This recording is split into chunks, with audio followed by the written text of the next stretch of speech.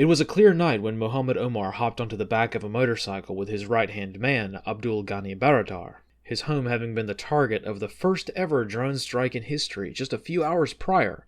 Mullah Omar was officially on the run. Stealing out from his compound into the brisk night, Mullah Omar was headed, for the time being, for the safety of the mountains. But as the founder of the Taliban faded into the darkness, his mission was not over yet. With his trusty shortwave radio, he could issue orders, raise morale, and prove that the Americans had not killed him yet, all from his hiding places in the snow-capped peaks of Afghanistan. Shortly after waves of American troops began pouring into the country, with his shortwave radio, Omar ordered Taliban fighters to abandon the cities and flee to the hills, which were more defendable against airstrikes and raids. The Afghan insurgency had just begun.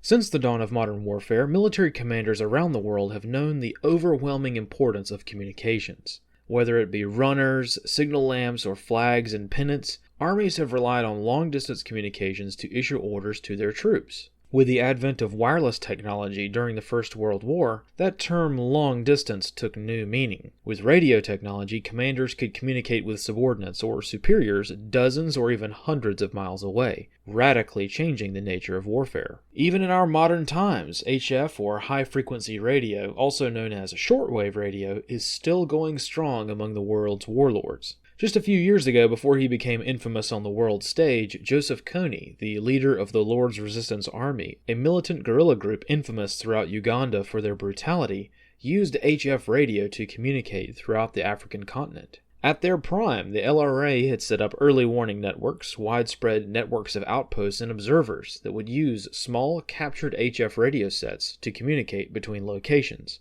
For the LRA, shortwave radio would also be their downfall, as Ugandan citizens, forming their own counterinsurgency groups, would use HF radio to warn neighboring villages of LRA presence in the area. HF radio is just another tool in the toolbox that people outside of the hobby radio community often overlook. And these days, we don't want to overlook anything that might help us ensure reliable, non-internet-based communications. Today, we find ourselves living in a unique world, to say the least. Clearly, the past couple of years have been very enlightening for all of us. In years past, we haven't had to deal with or even think about certain things. But today, it's quite clear that even the normal, average guy with a 9-to-5 job is observing the world and very quietly entertaining the idea of running to hide in the mountains with nothing but his family and the clothes on his back. Sure, for most of us, this is just a fantasy or a dream that we think about occasionally, but in our modern world, entertaining the idea of fleeing to the hills at any moment is perhaps not a bad thing to plan for, even if just temporarily. And if we're going to theorize about extreme circumstances that are not really theoretical, but nonetheless on our doorstep, we might as well do it right. So today, let's bring these theories and notions out of the realm of fantasy, at least with regards to communications, and talk about some of the things that can make the motorcycle ride in the dead of night a somewhat survivable option should things take a turn for the worse. And to dive deep into HF radio, we have to separate ourselves somewhat from the hobby side of amateur radio. As many people know, the ham radio community has a lot of unique personalities that make it difficult to talk about certain topics, such as the ones we're going to discuss today. As usual, the disclaimers are the longest on the videos talking about radios, and today is no exception. But like always, we will only discuss the FCC and legality when it is pertinent and applicable to the development of the technology itself. Most of the situations and features we're going to talk about are purely hypothetical emergency situations, so it's up to the individual user to read the FCC's rules. So without further ado, let's talk about some things you need to consider if you want to channel your inner warlord and start thinking about developing your own communications networks over long distances and over rugged terrain. And first up is the nature of the emergency itself. One of the very first things we must do is be honest with ourselves. A significant portion of the ham radio hobby is devoted to off-grid communications, which is great. Whether it's a quick QSO during a summit on the air or SOTA activation, or if it's a quick text message sent while camping. The concept of off-grid communications is a great way to test a variety of skills. However, we do have to ask ourselves if the skills we are practicing really have value in our current times. Ham radio is often touted as a great emergency communication tool. In fact, it's really the only way to communicate long distances without a pre-existing infrastructure. The unspoken idea among many hams is that they can practice their skills by playing by the FCC's rules and using their real call sign and things like that, But at the moment a more domestic situation becomes apparent, they can metaphorically flip the switch and operate anonymously or in a situation in which they themselves might be hunted. We practice this all the time in the ham radio world, but we stop short of actually coming out and saying why we're developing these skills. And since we always stop short of even verbalizing these things because we're terrified of the FCC, we have to be mindful of training mentalities seeping into the real world situations. If we never get out of a training mentality, we have to wonder if it's even possible to get out of a training mentality. Can it even be done? Since emergencies that could improve our radio skills do not happen that often, and the emergencies that do happen are almost always related to weather or natural events, we are really doing ourselves a disservice by not training to a wartime standard. The Cuban jamming last year and the communications observations we have made during the war in Ukraine have been very enlightening recently, and have encouraged many radio operators to re-examine their priorities and what they're actually capable of doing. Sure, it's not exactly feasible to train like we fight with regards to radios sometimes because we are often at odds with the FCC and we have to play by their rules. A great example of this is call signs. Sure, we may get to know other people as proper ham radio enthusiasts engaging in the hobby, and we might know our friends' call signs and their favorite bands and the time of day to operate on. But do we know what, shall we say, alternative call sign they might use in the event that an emergency occurs and they don't want people to know who they are? And more importantly, if we aren't using our real name in an emergency, do we have a pre-established list of who everybody is and what capabilities our local networks have? Do we practice avoiding jamming, truly going by the radio etiquette of only using just enough power to complete the communication? Or do we blast out 100 watts because we feel like it? And if we use low power, do we do it because it's polite or because it's a requirement for survival?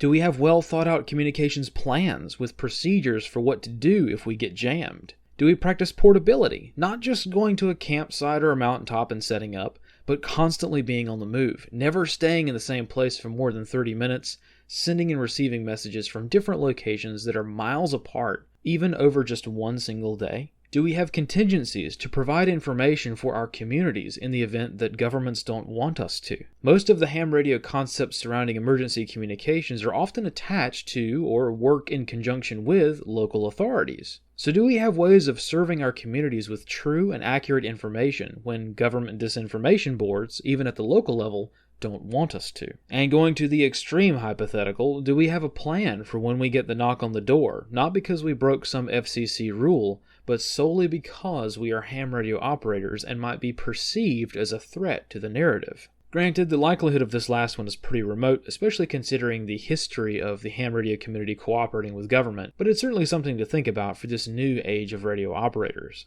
These are the kinds of things that we have to think about in our modern context, no matter how unpleasant it may be. Another uncomfortable truth that the ham radio community is not super great at verbalizing is who we are communicating with. Of course, this is a very basic requirement for all communications, but I'm going to take this one further and really challenge the preconceived notions that come from the ham radio community on this. Before selecting a communication tool, we must obviously have someone to communicate with. For some, this is going to be challenging enough because practicing radio comms is really boring for most people. You might have a dozen friends that will train you at the range, but nobody wants to practice setting up a weekly HF radio net. This is a big problem, and I don't want to gloss over it, so we will talk about this more in due time. But what I really mean is, what else do we need to do to complete the communication? What we do not want is the most up-to-date, well-informed, and well-communicated radio operators, but the rest of our community or group is in the dark. Most of the time in ham radio, communications between hams never leave the shack. Sure, there are various emergency groups and coordination efforts between ham clubs and local authorities, but very few radio operators have the same thing for their own community. So we need to consider how radio station operators are going to get the information they receive out of their shack and where it needs to go. Whether this needs to be a system of runners or field telephones or even just a quick heads up to the local area with a handheld on VHF, we need to figure these things out. Let's face it, HF radios are some of the most expensive things that most of us are going to buy. Many times they're more expensive than a rifle, so we just have to accept that not everyone in our community will be able to get an HF transceiver. Most people will be happy to let one guy on the team go that route, and that would be the HF comm guy. Which is fine, but we've really got to remember this and consider how we're going to disseminate the information that we exchange over HF radio. HF radio is a tool, and it's a tool that not very many people know how to use effectively. Much like the field of intelligence or even reconnaissance, military commanders around the world, and even warlords, have not been super up to speed on how to utilize the resources that they have. So don't let HF radio go unused, and don't let it be inefficient. HF radio is a tool that can grant you a lot of capabilities. Moving to more technical stuff with HF radio, we can talk about things like Mars mods. And boy, is this one dicey topic, so this is going to require a bit of explaining for the backstory. Amateur radio has been around a long time, almost as long as the concept of radio itself. And back during the Cold War, a very interesting program was created by the US government called the Military Auxiliary Radio System, or MARS. This was a program to leverage amateur radio operators into federal service to help with things like civil defense. At the time, the US government needed to leverage as much talent as possible, and this small program was a way for amateur radio operators to help the military in the event of a Soviet invasion or just World War III in general.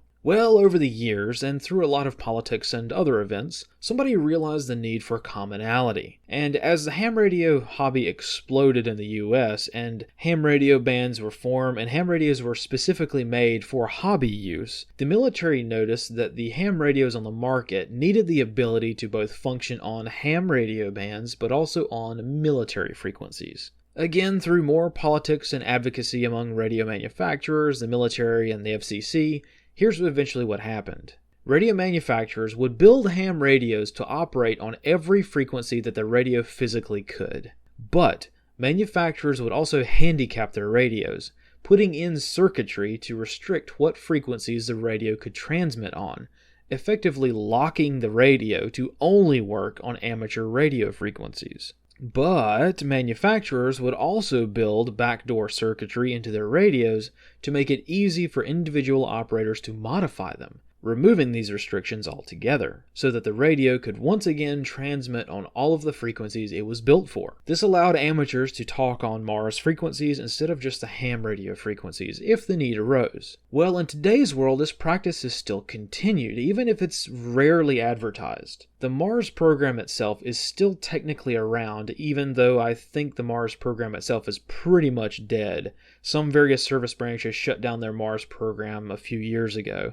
The practice of locking radios to only ham frequencies is still done to meet FCC regulations for manufacturers. In most modern radios, you have to open up the guts of the radio, pull out one or two very specific diodes or resistors off the circuit board, and the radio will be unlocked. Some radios don't require any messing around on the radio internals, but rather quietly have firmware updates that do this. Each radio is different, so if you want to remove the government-mandated boot on your radio, you will need to look up your specific manufacturer or model. Sometimes you might have to contact the manufacturer to figure out how to do it, but in most cases you could just search online for Mars mod and then the model of radio you have, and you'll find it quite easily. There are also companies that can do it for you if you don't feel comfortable doing a Mars mod, but it's up to you. It's pretty simple in most cases. At the end of the day, taking advantage of the mostly defunct Mars program allows us to fully unlock the potential of our radios, so that technically the radio can transmit on every frequency it's built for. Of course, this is against the FCC's rules and a big no-no for amateurs. That's why if you're listening to non-amateur frequencies, it's a barren wasteland with occasional encrypted military traffic. So I'm not sure how practical this is in everyday life when you can only transmit off-band during apocalyptic level emergencies. But you can bet your last dollar that, at least for me, I would want to be able to use the radio as designed on any frequency I want and not be handicapped by the US government in the event of an emergency. So even if you don't use it at all, it's better to have it and not need it than need it and not have it. And I would strongly recommend looking into doing a Mars mod on your radios if the radio is capable of it, just in case. Up next is mobility in an austere environment. One of the ideas that doesn't get too much thought is portability in extremely rugged terrain. Now, just looking around the ham radio world, this doesn't seem to be true. After all, QRP and other portable operations seem to be at an all-time high. And that's true. It's clear that compact, full-featured radios hitting the market have helped encourage the QRP game, and that's great. However, from our perspective, going down the ham route for QRP communications might not be quite what we're looking for. It will get us in the ballpark, but it's not exactly what we're looking for. Remember, we're coming at this from the perspective of a person who's living a mobile lifestyle in extremely rugged terrain. Within this category, we also have direction finding and privacy concerns. Again, in the ham radio world, where everyone wears their call sign like a badge of honor, privacy is pretty much non-existent. And that's fine, I guess. After all, no one has ever targeted ham radio operators and forced them to cooperate with a tyrannical regime, right? Right?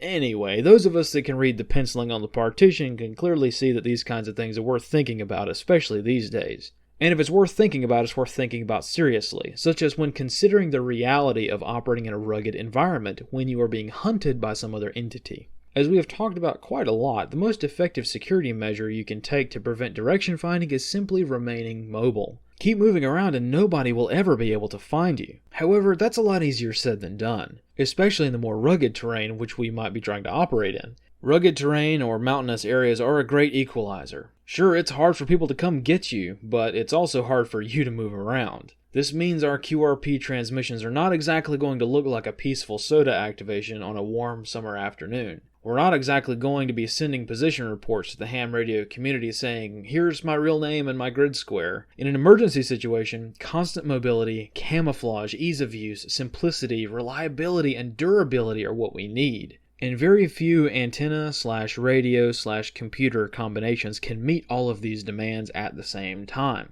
And that's okay. After all, we go to war with the gear we have, not the gear we want, right? And if you, right now, had to grab a backpack and lie low in the mountains for a few years, could you do it? This is an almost impossible challenge for most of us as is. But now imagine you've got a lot of other people counting on you, maintaining not just your own sheer survival, but also running operations with zero supporting infrastructure is not going to be possible without communications. And the communications networks that will allow you to have capabilities in such a situation will have to be set up and in place before the emergency, not after. And all of this will require significant physical fitness and stamina. It is just a sheer fact that very few people in the ham radio community place value on physical fitness. Just for me personally, my own personal QRP radio setup that I'm using at the moment weighs about 10 to 15 pounds depending on which batteries I go with. And that's just the comm stuff. That's not an insignificant weight when you consider that I've also got to carry around 50 to 70 pounds of other gear just to survive in the backcountry for maybe even months at a time. If you're going light and, say, have an assault pack or chest rig or belt kit or whatever, you might seriously be looking at your HF QRP rig being a pretty significant percentage of your total weight for what should have been a lightweight go-fast setup. So all of that being said, we can see how physical fitness is paramount, considering that we're not exactly preparing for your grandfather's soda activation. And to get the comm shot we need to meet the comm window we're going for, we might have to climb a tree after hiking 12 miles up and down mountains. Heck, we might have to grab some water and a light backpack with our radio and climb 1,000 feet of elevation in a couple of hours to get a message out. Your physical fitness is directly proportionate to your success as a radio operator, and by extension, an operator of any kind in the backcountry. We don't want people to die because we were too fat to get up a hill to hit a repeater. Maintaining routine comms is the standard, and even this baseline will require good physical fitness. Anything beyond that, such as emergencies and bad conditions, will require even higher fitness standards. Up next, let's talk about some data modes. In the ham radio world, data modes are the new hotness. They've become really popular over the past couple of years because they're much more efficient and much easier to use in an emergency.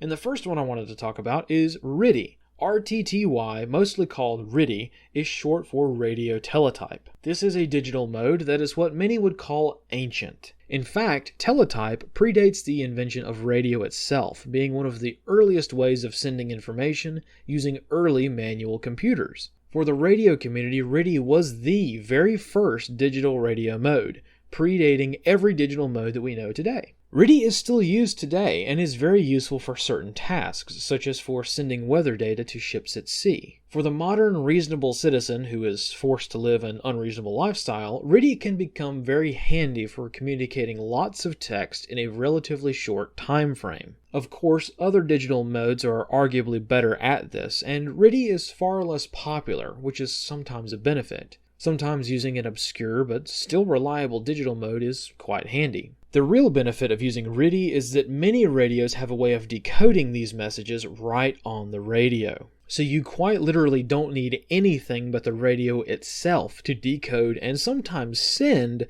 RTTY messages. Just hang up your antenna, tune to the right frequency, and you're done. The radio itself will decode the messages, sometimes quite long messages, in real time right there on the screen for you to read. Very handy for sending intel reports or news from a larger base station to several units in the field. In a contingent or emergency situation where we might have these kinds of communications set up, at a certain time of day everyone can tune to the right frequency and pick up what the HQ has to say. Weather reports, news from the front, general announcements, the list is endless. You could theoretically send a whole page of text in just a few minutes, with everyone's radio decoding this message letter for letter in real time. Now, all of this time we've been talking about RTTY, but there are a lot of other similar modes that you can look up yourself. RTTY is really just the oldest member of a family of digital modes that include modes like PSK31. PSK31 is very similar to RTTY, but uses much less bandwidth and has a few other quirks and benefits as well. There are, of course, some downsides to using RTTY.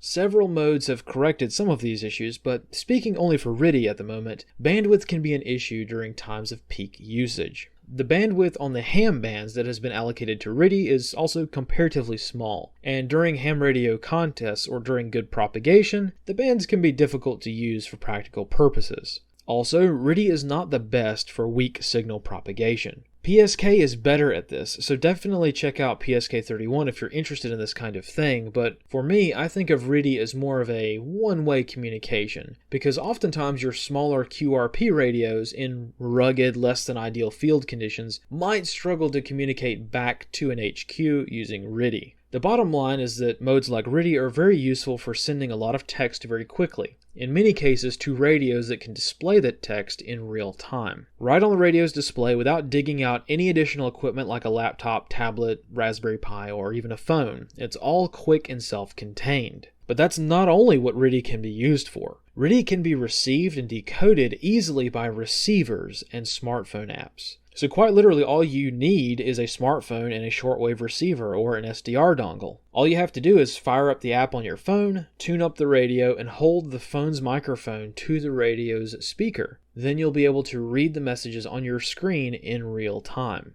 With these very minimal investments, you can receive RTTY messages in real time without buying a very expensive HF transceiver. For this purpose, RTTY has real potential to shine as an off-grid news service, with people all throughout a region tuning in at a certain time of day to receive the daily news bulletin or other important information. Of course, RTTY is not perfect, and characters are frequently dropped. That's why it's not really good for sending absolutely critical messages that cannot have an error every now and then. If you try listening in yourself to the ham bands, you'll see that you will quite frequently see a lot of errors, and you've kinda got to guess as to what some words are. It's not a big deal for stuff like news or for full sentences, but it is enough of a hassle that you might want to go with something else for super important comms. But for easy mass communications that an entire region can listen to easily using minimal equipment, RTTY and other various similar modes are pretty hard to beat. Another handy feature for setting up networks in the field is the ability to send images over HF radio. On some radios, you can send digital images over the air using just the radio itself. The utility of sending images over the radio is limitless. As they say, a picture is worth 1,000 words, and on the radio, where the amount of words you use matters, in many cases it could be much more efficient to take a couple of minutes and send a picture. Obviously, we're not going to be sending extremely high quality images, but on modern radios, this isn't like the old days of sending SSTV images either. We're not talking about sending grainy thumbnails. These images that can be sent over digital radio modes are infinitely more usable and valuable, not just a postcard like in years past. Now this is where we start tumbling down the rabbit hole, and I'm not quite sure about the technical side of things or even the legal side of doing stuff like this, because this is such a new feature that I'm not really sure if the community is kind of built up just yet. So let me explain. The IC705 again shows its superiority here because built into this radio is the ability to send images from the radio itself to another. This is not something that's particularly unique. Sending images over the radio can technically be done by any analog radio as well, via stuff like SSTV. That's been around for decades now. However, what's unique is sending images on digital modes. Even then, this is not unique to the IC705. Other radios do this too because it's really taking advantage of the features of D-Star. Now this one requires me to go way off topic for a moment, so please bear with me. D-Star is just another digital propagation method, like DMR or P25. Of course, these have their differences, and D-Star is mostly known throughout the ham radio community for being used with hotspots.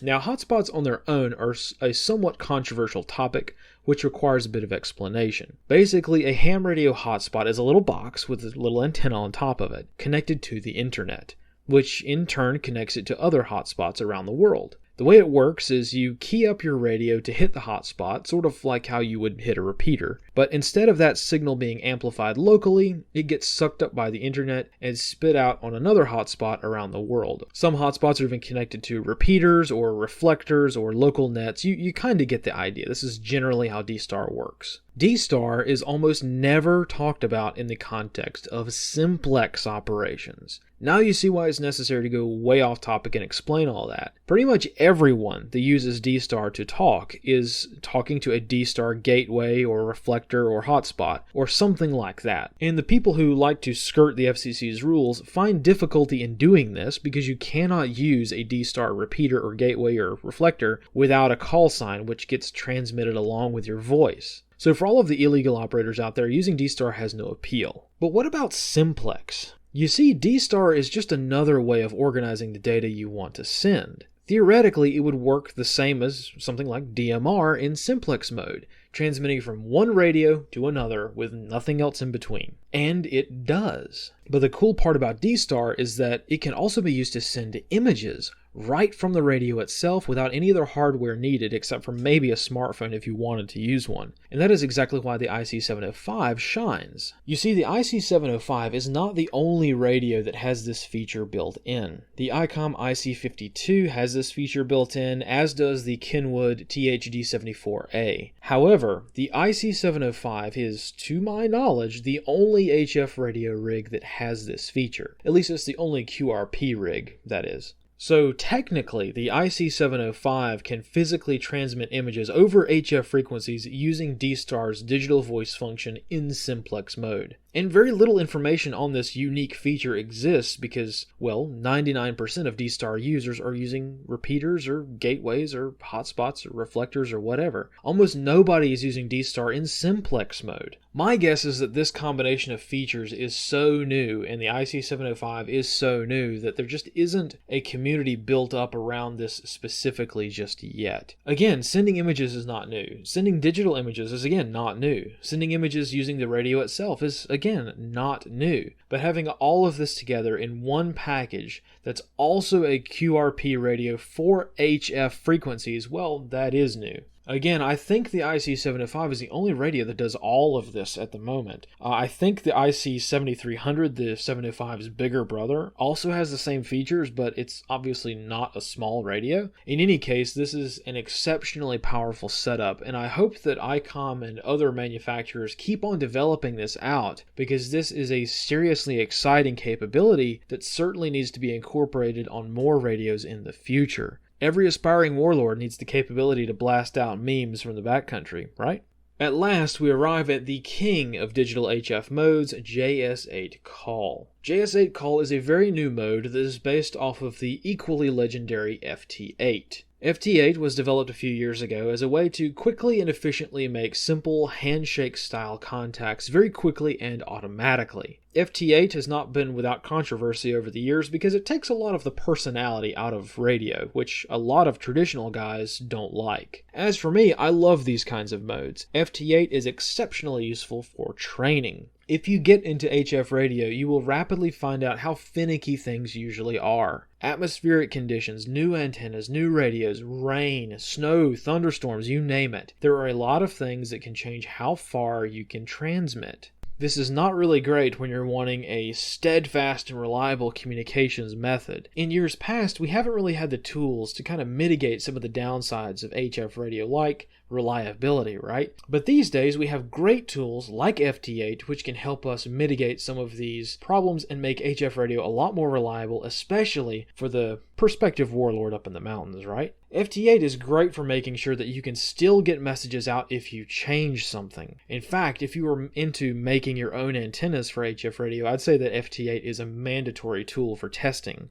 Or rather, it was a mandatory tool before JS8 Call came out. JS8 Call is kind of the best of both worlds. On JS8 Call, you can send out long-form text messages on one part of the band so that you can have your longer conversations if you want. This is sort of like RTTY or PSK31, except messages are not going to come in letter by letter on JS8 Call, more of like a burst comm method. But on the other side of the band, you can use what's called heartbeats. These are simple messages, sort of like pings, that are automatically sent by your radio to other radios who can hear you. This is just like the handshake-style messages on FT8. But on JS8 Call, this feature can be used to store and forward messages. JS8 Call allows you to store messages and even relay them from one station to another station that is out of range of you, vastly increasing your range. This can also be used to store messages as well. So say you go offline for a bit and you miss a comm window. Well, if someone tries to send you a message, ordinarily you would miss it because you're all packed up and you're on the move on the trail, right? But if you have things set up with JS8 Call just right, if, say, a different station, another station in your network hears the message intended for you, or if it was sent to that station first, that station will store that message for you. And when that third-party station hears your heartbeat, hears you come back online, it will send you all of the message traffic that you missed when you were offline.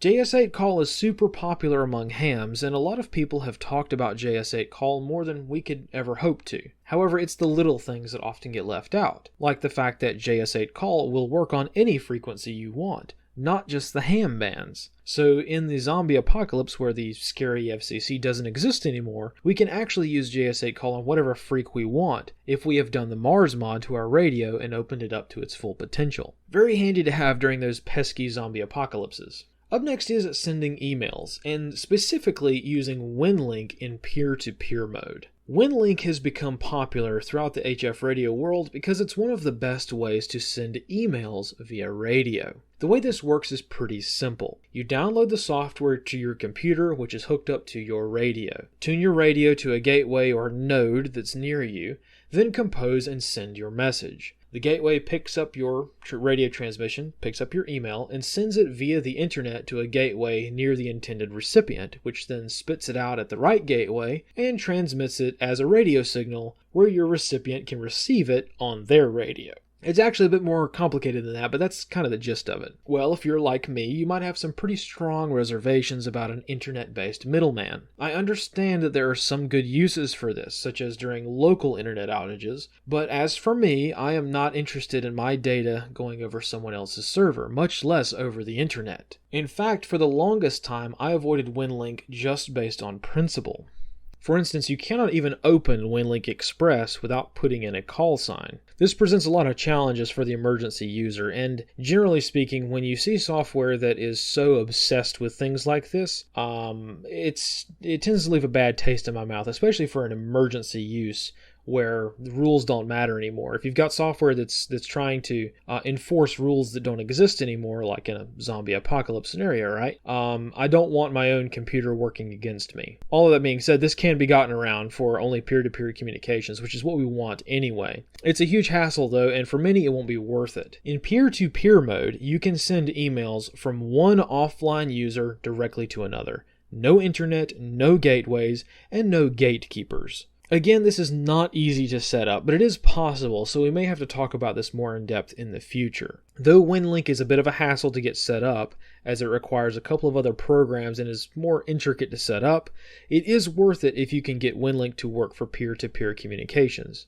And peer-to-peer communications are really what I prefer anyway, just because I don't like the idea of any potential for gatekeeping activity to occur. Someone doesn't like your call sign, they can delete you from the Winlink server. I don't like that idea, and especially for an emergency communications method. If people decide that, oh, this isn't a strong enough emergency, and therefore we're not going to allow you to communicate on our servers, well, I just don't like that potential. So peer-to-peer is really where I would prefer to be. And Winlink is really worth it in that case, because you can send not just a wall of text in an email, but you can also send attachments. The ability to send attachments in an email from one radio to another is limitless, even if it takes a bit of work to get there. Sometimes JS8 call just isn't the right tool for what we're trying to communicate, and putting up with Winlink is the better option. For me, JS8 call is a lot more user-friendly and very reliable under somewhat kinetic situations. For instance, if I'm out on a hike or something and I've got 5 minutes to halt and send a quick heartbeat back home, JS8 call is great for that. Just sling up your antenna really quick, click a couple of things on your tablet, and you're good to go. Winlink is what I'd use for when you're at your bed down location for the night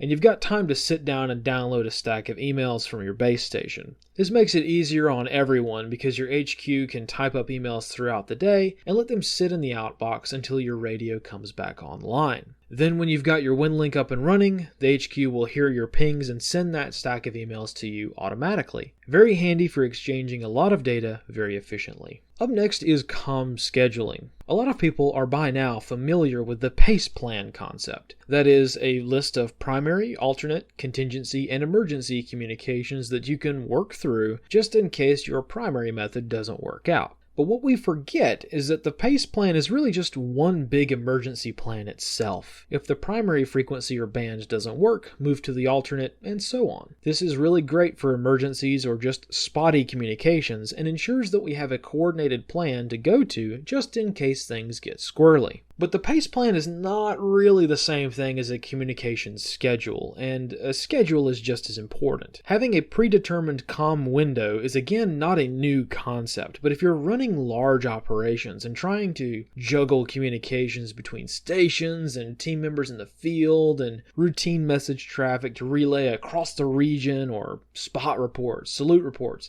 medical issues, things can get to be a really big headache. And since we're trying to be simple and efficient with our comms, here's what a schedule might look like. We can essentially take what would be an hour-long comm window and break it up into a more efficient data transfer. This is of course just one way to skin the cat, but in this example we start our comm window with JS8 call. This is great because JS8 call allows us to kind of double dip. We can use this chunk of time to both monitor heartbeats and at the same time send and receive actual text messages. Starting off with a 30-minute JS8 call window allows us to start off this communications period by seeing which team members are out there, who's available to talk, how much traffic they have, and so on. I know this might be a bit confusing, so let's take a look at what this might look like in a real-world scenario, taking into account everything that we've learned and planned for. You've just arrived at your designated observation post for the night, so you set up your antenna, set your camp up, get your comm schedule ready, and start up JS8 call to get ready to send your salute reports that you were writing earlier in the day. We're going to assume for this example that everyone is behind restrictive terrain or too far away for VHF to be reliable. So we can mostly run INVIS antennas, which direct our signals straight up to the ionosphere where it gets reflected back to our area of operations like an umbrella.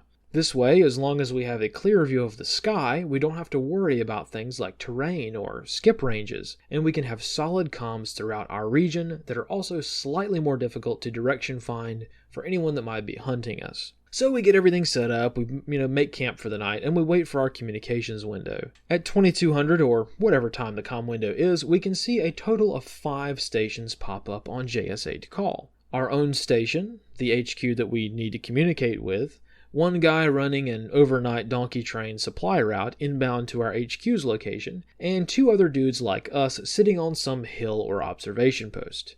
Well, we can find a clear offset on the waterfall and ping our HQ's call sign with the number of reports that we have to send. In our case, we've only had 2 salute reports to send today, but we can see from the message traffic on JS8 that the guy running the donkey train has a stack of emails to send, which he's hoping to send while he's still about a day's drive out from the HQ. He probably could have sent these emails from the larger transmitter at the settlement he originated from, but these are relatively low priority emails, and rather than tie up the state level frequencies and comm schedules, it's more efficient to just physically take the communications and transmit them when he and his cargo get a little bit closer anyway. And by hopping on JS8 call all at the same time, the HQ can coordinate message traffic. Obviously, the salute reports take priority, so those are probably going to get stacked first. And when those are sent, the HQ can ping the donkey train when ready, and he can connect to the HQ and transmit his stack of emails. It doesn't take much effort, even if everyone cannot hear everyone else, as is extremely common in the world of radio. Using JS8 call's store and forward function, we can relay messages to the HQ and make special accommodations for linking up later if comms are an issue. And finally, once the routine message traffic is exchanged, the HQ can then blast out a RTTY message for everyone, such as news bulletins and weather. This is an absolutely fantastic use for RTTY, since anyone in the area, not just the people that we're talking about today, anyone in the area that has a shortwave receiver or an SDR and a smartphone can download an app and receive the messages. Very handy for sending out messages to a large audience. And before we close out this comm window for the day, we can dedicate 5 minutes or so to listening for HF voice transmissions. Voice communications are not ideal for transferring lots of data very quickly. That's why we have relied on data modes in this example up until now. But old school voice transmissions are simple and easy for most people to do. Plus, if an inexperienced user who has no idea how to work a radio were to walk up to an HF transceiver, chances are they would figure out how to verbally talk on it before they figured out how to work a data mode. So this is kind of a simple, last-ditch comm window that can be monitored by everyone just in case something is up with somebody and they've got to use voice to talk through an issue. And if after all of this we still have stations that have gone dark, well then we can start working through our formalized PACE plan or our lost contact plan. So as we can see, even though this is not technically a PACE plan itself, this is just an efficient schedule for routine traffic. It kind of takes the form of a PACE plan, generally speaking. So that kind of helps as well. Remember, schedules like this one can be very flexible. This is just one way to look at small or even medium group size communications priorities. Scheduling will never take the place of a PACE plan, but using a schedule is a very helpful way to think about how we might set up complex infrastructures for routine communications of many different formats. And finally, let's talk encryption, because I feel like that's going to come up. Encryption is of course a taboo subject in ham radio, which is a rabbit hole I'm not going to go down at this point. The bottom line is that encryption is possible in some situations in the commercial radio world, and commercial radios are known for their ability to run encryption, at least some of them are. However, what you will not find is encryption on HF radio. Shortwave radio is still the domain of hams, so encryption is just not something that is feasible right now. Is it theoretically possible? Yes, absolutely. However, someone would have to build it from the ground up on the software side, and manufacturers would probably have to build radios that were compatible with it too, which is highly unlikely. So HF radio is probably not the best for your communications that you would like to remain private. And for a lot of people this is a deal breaker, which I understand. I would warn against completely writing off HF radio though, because you can't run encryption on it. Encryption is something that we need to work on for sure, but we cannot discount HF radio simply because that's something that we don't have right now. We can get it in the future, and seeing as the only things keeping us from using one-time pads on HF radio already is the FCC's rules, we can see how this might not be as big of a challenge as we might think. In the radio community, we have a tendency to think small. Small teams operating tactical level comms at the smallest possible level. 95% of all questions about radio on the internet seem to be, what PTT do I get from my Baofeng, or what pouch do I get from my plate carrier? That's all well and good, but if we accept the responsibilities that have been thrust upon us, the responsibilities to create larger networks than just our small neighborhood group, we can see the need for more than just handheld voice comms. With HF radio, we have to think bigger, and that's what this whole exercise has been about. Let's not forget, all of these things are not just useful for LARPing around in the woods with some friends. If we were to take these scenarios as seriously as we can and really think about the times in which this stuff will be useful, we have to be honest with ourselves. If a day comes when we find ourselves living in remote locations for survival, we will 100% need all of these things for more than just warfare. By doing the Mars mod on your radio, you can ensure that the very moment that an emergency occurs, you can have a fully functional radio that is not restricted in any way. Very handy during the zombie apocalypse scenario of the FCC not existing. If you were bit by a snake, you could send a picture of that snake to an underground doctor that you know on D-Star for identification. RTTY could be used for daily news updates or broadcasts or lists of checkpoint locations or even routine message traffic, echoing the original uses from Teletype. JS8 call could be used to ensure connectivity between settlements and temporary hole-up sites, or even reimagine the Telegram for group members who are trying to communicate with friends and family around the globe. You could set up digital radio trading posts where community members could offer up goods for sale or advertise something they are looking to buy or trade. JS8 call could be helpful for maintaining contact with individuals frequently on the move, transmitting updates from one site and using the store and forward feature to receive message traffic at their next location, ensuring that no one, not other groups or even the HQ sending the messages in the first place, truly knows where that one group or person is located. Rather than having a trailer set up with a handful of ham radio operators sending messages via voice, we can have an entire disaster communications team working inside a tiny radio, sending, receiving, and forwarding messages and data automatically as we are on the move. And doing all of this wirelessly, controlling the radio with devices like Bluetooth or Wi-Fi. This takes a lot of the hassle out of the radio game, ensuring that even the most inexperienced users can seamlessly use these radio modes. Of course, pretty much everything I've mentioned today is not unique to shortwave frequencies. You can pretty much do all of this on VHF and UHF too. It's just that almost all of the platforms, software packages, and radios that have these unique features are really intended for shortwave frequencies. So yeah, you could do a lot of this on VHF and UHF, but most of the stuff we've talked about today is really meant to take advantage of the extreme long range and atmospheric propagation features of HF radio. VHF and UHF are great, but I'm not sure about anyone else, but a lot of the time we here are out of range of each other, or line of sight is not guaranteed.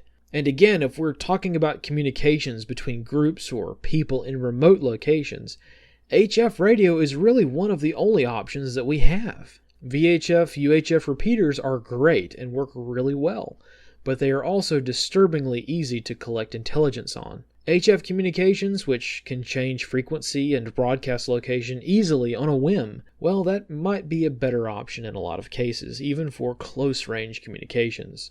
I know that this must seem like one giant advertisement for the ICOM IC705, but I assure you that's certainly not the case. This is just the only radio that we know of that checks most of the boxes that we need for truly resilient, reliable, simple, and durable communications in austere environments. And I, for one, am very interested to see what radio manufacturers can do now that the bar has been set so high by ICOM, and now that software-defined radios are the new hotness when it comes to these truly awesome radio modes. I know that this is a lot of random information to take in, but that's just the way it is a lot of times in the radio world. Nothing is ever easy in the field of communication, and when we talk about radios, it is very difficult to speak about these topics clearly and succinctly. The best we can do is talk about random things you need to know, tied loosely together by a common theme. And that's okay, because even right now, the radio community is bringing a lot of brilliant minds together and making the field of communications a lot more simple and accessible to everyone. This may be a bold statement to make, but I completely believe that with the recent developments in technology and the developments that are just on the horizon, living without the internet is truly possible, and will be very feasible for large numbers of people within just a few years. Can we fully replace the entire internet via radio? Probably not. It might be difficult to stream the latest mind-numbing 4K movie to come out of Hollywood, but duplicating the best parts of the internet, the parts that help humanity grow, learn, and thrive, Well, that's certainly within our grasp. The idea that we dream of, grabbing a backpack and running to the hills, must not be perceived as simply trying to avoid the world's problems. Our goal is not simply to become a warlord in the mountains, a hermit watching society collapse. Oh no, our goal is to strike a balance between the autonomy and safety that austere environments provide, and also our responsibility to help others through the tough times ahead. Or at least that's our goal here. If we can do that, build resilient, vibrant, self-reliant communities in rugged terrain or on the run if need be, well, we will most certainly be able to meet any challenge the world throws our way.